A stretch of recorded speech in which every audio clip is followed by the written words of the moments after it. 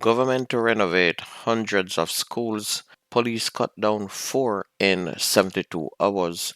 9-year-old raped and killed. This is Undiluted News. Mikey Bones reporting.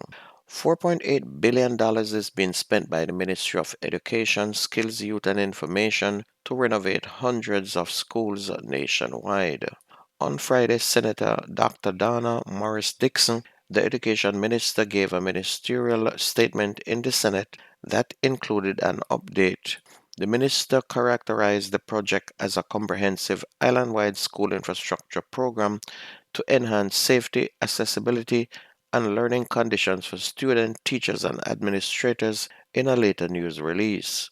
Works include the construction of additional classrooms, laboratories, accessibility ramps and lifts, retrofitting of sanitary facilities, installation of security fencing, and modernizations of electrical systems, the ministry said.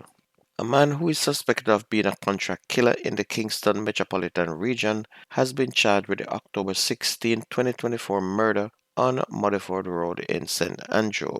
Nicola Reed, aka Yankee, of Westchester in Portmore and St. Catherine, is a known shooter who is associated with the York Avenue gang, according to the St. Andrew South Police. According to police, Reed is facing more gun related charges for matters that are being investigated, and he has also been charged with multiple firearm related offenses.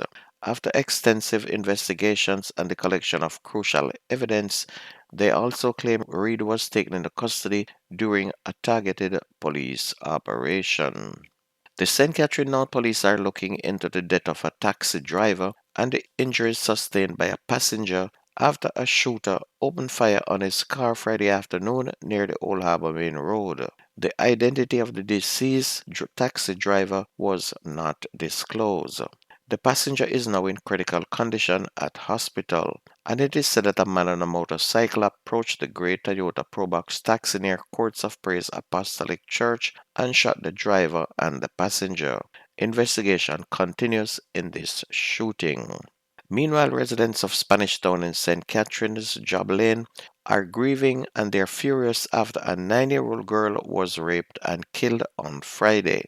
At approximately 9 o'clock in the evening, the body of St. John's Primary School pupil Kelsey Farragon was discovered at her house inside a barrel that was covered with garments.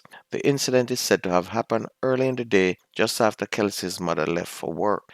Deputy Superintendent Carmendo Thomas, commanding officer for the St. Catherine North Police Division, is urging the suspect in the rape and murder of the child to surrender, vowing a relentless pursuit if he does not do so. Minister of National Security Dr. Horace Chang also responded to the killing, describing it as an outrage, particularly in a time when the police have been effectively reducing the number of murders by double digits. Dr. Chang said this horrific act will not go unpunished. He vowed that the full force of the law will be brought to bear on the perpetrator, and he directed the Commissioner of Police to utilize every available resources to bring whoever is responsible to justice. A man was shot dead by police after he attempted to flee a nightclub on Langston Road in East Kingston on Saturday morning. The police are reporting that a firearm was seized during the incident. The dead man has been identified as 28-year-old Ravi Henderson, a construction worker of 4th Avenue in East Kingston. According to the police, they were on mobile patrol about 12:50 a.m. when they went to the nightclub and began conducting a search of some of the patrons. They entered the bar and Henderson, upon seeing the police, ran along a passageway. The police went in pursuit of Henderson and he entered a room. The police said Henderson was a member of the McGregor Gully gang and was aligned with a top gangster from that area. They said he was armed due to an inter-gang conflict in the area, and it was the fourth police killing in 2 days. On Friday, 3 men were shot dead by police in 2 separate incidents. 2 firearms were reportedly seized. On to sports. For the second straight day, the Jamaica men's 4x100 team attempted to qualify for the World Athletics Championship and was met with disaster as Julian Ford pulled up on the second leg in their second round race at the World Relays in China on Sunday. Ford appeared to suffer an injury before handing off the baton to third leg runner Johan Blake, and despite bravely still trying to complete the handoff, was unable to make the exchange. Jamaica's attempt to qualify in Saturday's first round also ended similarly with a mistime exchange between Ford and Blake as they leave Gonzong with nothing to show despite having on paper one of the strongest team in this championship.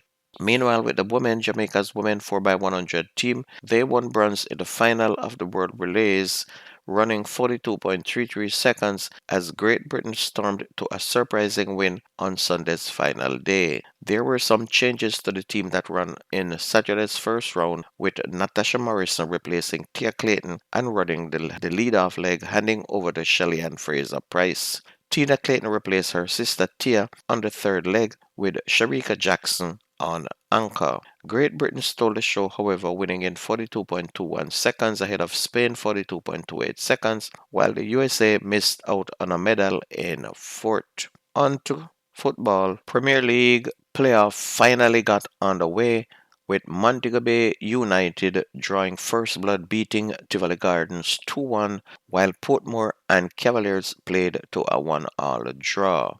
Tonight we'll see a clash again with Cavaliers and Portmore, while Tivoli will try to reverse their loss on Montego Bay United, and the winners will move on to the next round. Winner stay, loser go home. And that's news and sports on your favorite radio. My name is Mikey Bones. I gone.